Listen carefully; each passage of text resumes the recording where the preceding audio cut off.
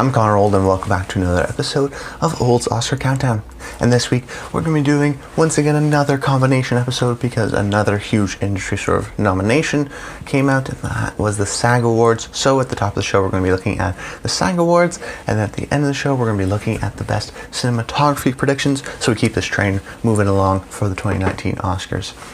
But if you're new to the series, what I do every single week is I break down a category that I think is going to, and then I predict what I think is going to get nominated at the 2019 Oscars. But at the top of the show, even if there's not sort of a big announcement, I always talk about movies that I think are either rising or falling. We're in the thick of it now, so there's always going to be sort of some new award show. I may not sort of be doing these big combination episodes all the time, but for important things like I think the Golden Globes, while like I said last week, not super important to the Oscars, it's still important to the momentum, especially because they're televised. And sort of in terms of the leaders, a lot of times the speeches are very important at the Globes, even though there are different voting bases. However, the SAG Awards, if you don't know, are the Oscars based. Essentially, the Oscars are all the people that work on the movies. They're the industry. So this is the Screen Actors Guild. So these are almost all the actors and a lot of voters. The SAG base, the actors sort of branch, is the biggest branch. It has the most amount of people, has the most amount of Oscar voters. So the SAGs can definitely tell us a lot as frontrunners. And particularly what you want to look for is the best ensemble category. A lot of times people, when they're looking at the Oscars, they try to look at the SAG's best ensemble, DGA winner, PGA winner. These are sort of the big sort of precursors, you would call them, and I think the SAG is definitely a popular one, even though sometimes they go their own way. You can even see that with the nominations. So starting off with the big one, the best ensemble, there's a lot of surprises, so it's really sort of hard to judge, which way they're going to go this year, because they nominated A Star Is Born, BlacKkKlansman, Black Panther, Bohemian Rhapsody, and Crazy Rich Asians. So a lot of popular movies, a lot of box office hits. I'm not sure if they're trying to sort of tell the sign to ABC that they don't want a best popular picture category, that they will nominate sort of popular pictures. It's hard to tell if the Oscars are going to go that way. Every year we think they're going to be more modern, which they are, but sometimes they still surprise us with nominations. That being said, I still think that this is sort of a really telltale sign that a movie, something like even BlacKkKlansman or Black Panther, can really be an Oscar contender. These are popular movies that are well liked, well respected, and the Oscars landscape is definitely changing. So these SAGs, this is, I think, very could be very symbolic in a lot of ways for the Oscar race for the future. And particularly the two movies that I want to highlight, just in general, that have been doing very well and really sort of shown this because of the SAGs. Starting off is BlacKkKlansman. I was kind of negative on this movie because I was hesitant because it was an August release. It didn't have any of the festivals. We weren't sure how its sort of press run and campaign and sort of post-release schedule would look like. Now that we've sort of seen it, we've seen that they're doing very well. They're very much active in it, and it's been doing them well. John David Washington was a surprise. He got in for the Golden Globes, which I actually think he could pull up a surprise upset there because he has been talking to a lot of HFBA, and then also surprisingly he gets nominated here over someone like Ethan Hawke for First Reformed. Even though Ethan Hawke, you would think he'd be sort of the critics group guy, wasn't the Globes audience, but I thought for sure he would be the SAG audience. So with John David Washington getting in, this doesn't sort of rule out Ethan Hawke, but I think that sort of strengthens the film of BlacKkKlansman. And then also BlacKkKlansman got in for Adam Driver for Best Supporting Actor, who was once again sort of a dark horse. People thought he was going to get in. He's a well-respected actor. People love him. So I'm not surprised to see him get in at SAG, but it definitely shows once again that people really love this movie because it did get in Best Ensemble, beating out favorites like The Favorite or A Green Book or Roma. There's these movies that sort of surprised late, and I think someone like Spike Lee for Best Director is a contender now. And it can really definitely sort of gain momentum. And so watch out for its chances in terms of Best Picture, Best Director, Best Screenplay. It could really rack up with nominations on Oscar night. The other one I want to talk about is Black Panther. I sort of have been sort of pro Black Panther. I was talking about Ryan Coogler only getting it for director. Last week I talked about Black Panther. I think it's going to get in for Best Adapted Screenplay. It's got a really great shot at a lot of these things now because it got nominated so many times at the Globes. That drama nomination was still really crucial to it. Getting a Best Ensemble here, while I actually did predict it, it's still really important. The SAGs do sort of nominate sort of more popular pictures. It's not sort of unrare. They gave the movie to Hidden Figures a couple years ago, or last year. So it's not necessarily, I'm sort of surprised by that. That being said, it's still really crucial that Black Panther got in for this. I still want to see someone like Michael B. Jordan get in. The fact that Michael B. Jordan didn't get in for something like a SAG or a Golden Globe is disappointing to me, because I really expected. Because I think if Black Panther is going to win Best Picture, it has to get an acting nominee, although the Oscar rules are changing all the time, so I definitely don't want to sort of follow that. But sort of Black Klansman and Black Panther have really shown their strength because of those ensemble nominations in particular. And then Falling, The Favorite, I think is maybe not as strong as people think. People really love that movie, or people don't like that movie. I got snubbed at the Golden Globes for director. Here it got in for all three actresses, Olivia Colman, Emma Stone, and Rachel Weisz, which is very important. But it didn't get in for Best Film Ensemble, which I thought could be actually the front runner to win. So that was a bit of a surprise there. Another one is Green Book, which has less of an ensemble. I mean, that's the thing you have to realize, is that Black Panther's is an ensemble. But I don't know if Black Klansman necessarily is an ensemble. Is Black Klansman more of an ensemble than Green Book? Hard to say. I've seen both movies. They sort of have both these two co-leads. Or I guess no. John David Washington in Black Klansman is the lead, and then sort of Adam Driver would be the supporting cast. And then there's some great supporting characters. But similarly with Green Book, there's some great supporting characters as well. So it's kind of hard to judge, is it really the best ensemble? But A Star is Born got nominated, and that's really just a dominant sort of romance-focused movie. So the ensemble, it has celebrities, maybe, but that's about it.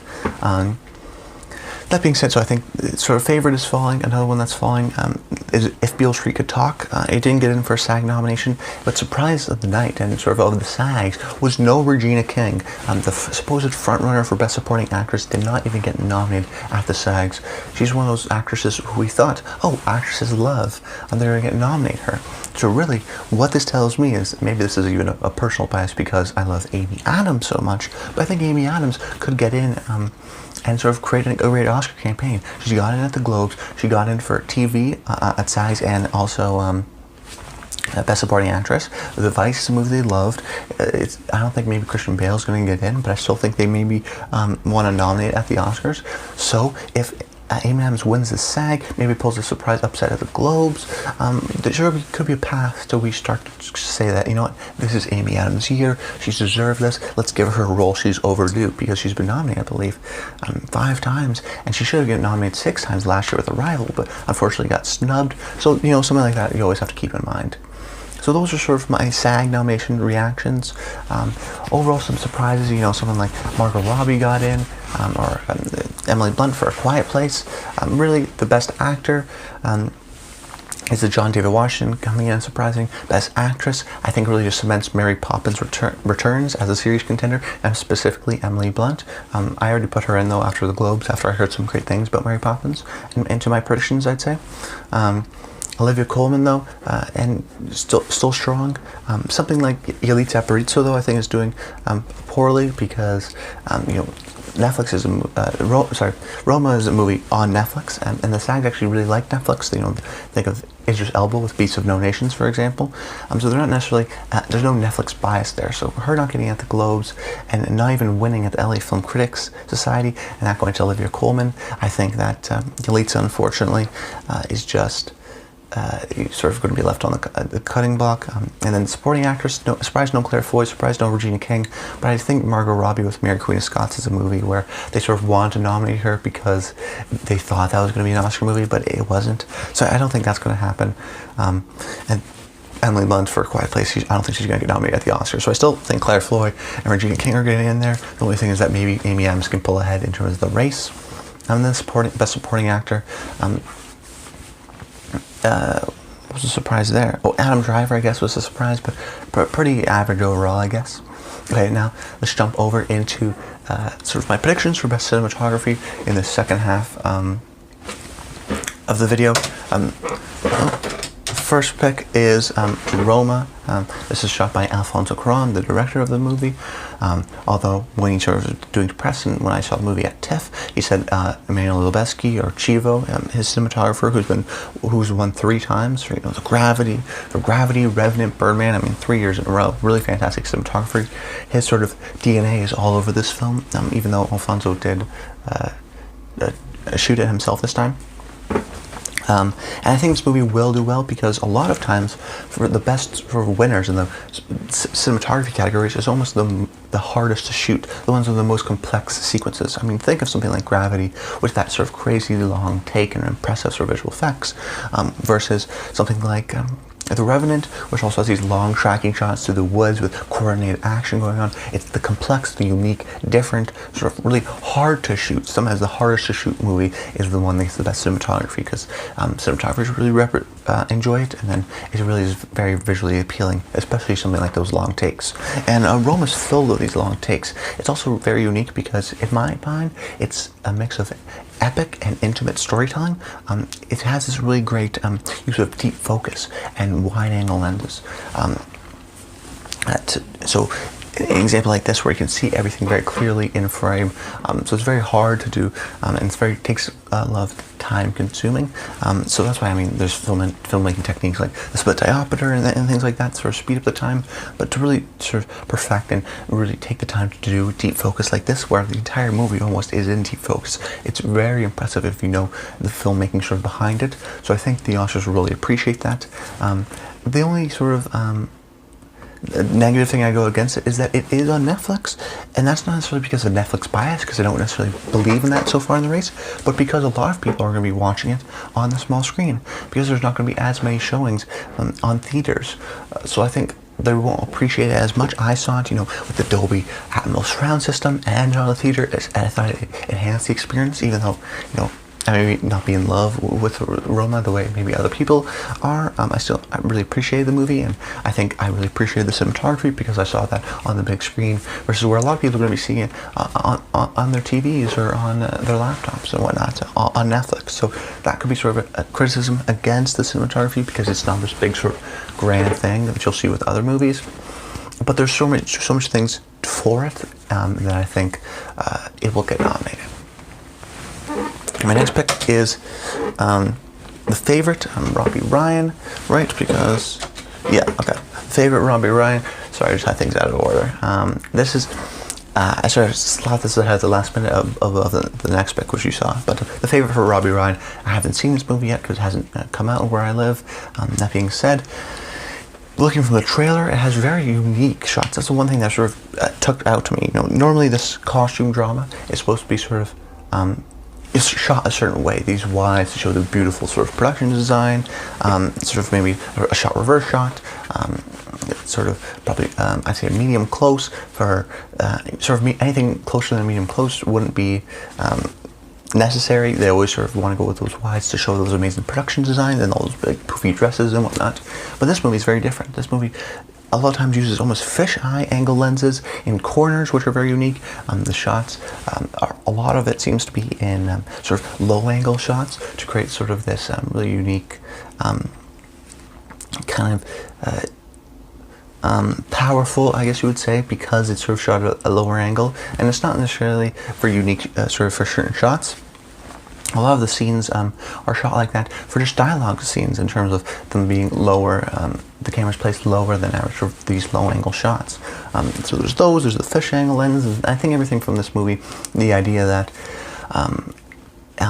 it's really just a weird story with sort of odd acting, and Yorgos Lanthimos is a distinct visual filmmaker, and he has a very distinct. I think this will sort of remain in people's minds, and the cinematography will remain in people's minds, because I think a lot of people also correlate the cinematography to the production design and sort of how it looks and the visual appealingness of the movie, and this one definitely has a lot of that. And then shot If Beale Street Could Talk from James Laxton. Well, beautiful sort of cinematography in this one. There's just sort of these random insert shots throughout the movie of sort of these close-ups where the actors are looking at you in these sort of montage sequences. There's a lot of sort of very up-close close-ups where directors are staring right at the camera, and there's other scenes that just don't cut away, like Brian Tyree Henry's moment in the film. If you know, I don't want to spoil it, but if you know what I'm talking about, he has a really great sort of monologue in the film. There's that, which is really well done. Just a really great sort of floating, gliding camera along Harlem streets, and sort of the use of natural light is really beautiful and really pretty and very well done. And I think Barry Jenkins is a filmmaker that doesn't really sort of shy away from your enjoyment of the film in a lot of ways. He doesn't try to make things hard. He wants to, a lot of these shots are poetic and beautiful, and he revels in that, and he enjoys that, and he doesn't care about it sort of being overexposed. He just sort of does it in a lot of ways. I really appreciate that about him. Just sort of backs pleasure to the eyes, I guess, in a lot of ways. And there's a lot of shots from this movie that stand out, especially with the beautiful score and these montage sequences, and they're so unique that I think it will stand out for a lot of viewers.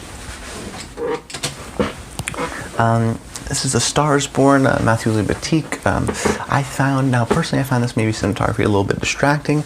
That's because, at least it took a choice. A lot of this film is shot in a medium close-up, and sort of stays that way the entire time. It's never really, there are some very, very extreme close-ups, but then there's never really a wide, you don't even know if Bradley Cooper wore pants in the movie. I mean, it was all sort of shot from the sort of the waist up, the entire thing, which was distracting because it kept going on, and that was surprising, but it made a choice. It's a movie that people love. It's going to get in if it's really a strong contender for cinematography. Plus, maybe I'm giving it some discredit. There are some amazing sequences. I mean, Sam Elliott when he's hanging out in the driveway, the end of the film with the sort of use of the red and blue police car lights, which is really unique. Then the sort of the concert lights, the way they sort of overlap together with on top of Allie, the character, Lady Gaga's face, really just very unique, and the film has almost a warm tone, even at night. That sort of digital, I believe it's shot on digital. At least it looks like it. It just sort of gives a really great warm tone, even though those night scenes. So it's really it's well shot in a lot of ways. I just thought maybe the choice to do medium close was maybe a little too distracting. Maybe they used it a little bit too much, but it's distracting, but it's noticeable, and people remember it, and people sometimes they don't even know about cinematography. They just know that, oh, I remember it being different and unique, so I'm going to vote for it. Plus, a lot of people saw this on the big screen because it was such a big hit. And here I have First Man by Linus Sandgren. He won recently for La La Land, excuse me, and he really is a great cinematography, and First Man is a really beautiful movie. I think the highlighting the fact that seeing it in IMAX, and all the different sort of types of film he used. I mean, really, First Man's an odd movie because on paper it should do well, but it's not been doing well. So it's hard to say if this will get in, but the thing is, the consensus that we all agree for First Man, I think, is that maybe clairvoyant, but most definitely technical. It's going to get in for a lot of technical things, and I think cinematography will sort of get in for that. It has sort of an amazing sort of documentary, so almost procedural style. He calls it cinema verite sort of style footage. He uses all different types of film. He uses 16mm film, then 35mm film, then IMAX on the moon sequence, which is absolutely breathtaking. I think a lot of people are going to see this on the big screen. They'll appreciate it on the big screen, but also work at home because of that documentary feel. And cinematographers will definitely appreciate, people who know about cinematography, because of its use of 16mm, the 35mm, then the IMAX. It's really beautiful. It's really unique, and I really enjoyed it. So now let's go into some honorable mentions. This one here is from Lucas Zal, Cold War. If you don't know, Cold War is a film by Paweł Pawlikowski. He recently, or I guess his last film was Ida, which won the foreign film at the Oscars, and also got nominated for cinematography, with Lucas getting nominated as well. So that could be sort of a surprise if something like, I don't know, The Star Is Born or The Favorite doesn't get in, because it's black and white, similar to Roma. It could get in, but because Roma is black and white, I think that sort of art house kind of pick that gets in there. But I wouldn't be surprised if this sort of sneaks in, especially because it could win for foreign film. That being said, it hasn't actually been doing that well in foreign film categories, especially something like the Globes sort of snubbed it. And this one here, Black Panther. This was shot by Rachel Morrison, who was the very first female cinematographer to get nominated at the Oscars last year with Mudbound. But she's going to get nominated again because of the sort of beautiful, lush, vibrant world that is Black Panther. And then you have Mary Poppins Returns. Again, it's beautiful sort of mix of sort of the animation and the sort of live action. I think really the best chances, I could see Black Panther surprising. Mary Poppins Returns, probably not.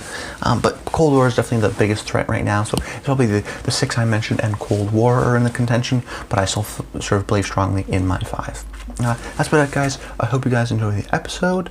Make sure you tell me in the comments down below anything you want, sort of ask me predictions and what I think and maybe what would happen. I love to hear that kind of stuff. That's about it. I hope you guys enjoyed the episode, and until next time, stay tuned.